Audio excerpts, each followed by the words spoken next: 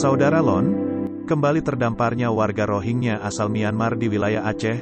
Sebanyak 81 orang terdampar di Pulau Idaman, Desa Kuala Simpang Ulim, Kecamatan Simpang Ulim, Kabupaten Aceh Timur Provinsi Aceh Jumat tanggal 4 Juni tahun 2021. Kawasan itu sejenis pulau kecil yang diberi nama Pulau Idaman oleh masyarakat sekitar.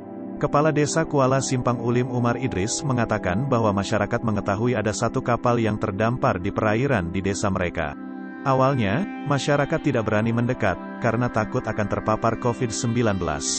Atas nama kemanusiaan, masyarakat berusaha untuk memberikan makanan dan minuman dari jarak jauh, tidak ada yang berani mendekat. Kami juga melarang masyarakat untuk mendekat, takut terjadi hal-hal yang tidak kita inginkan, kata Umar.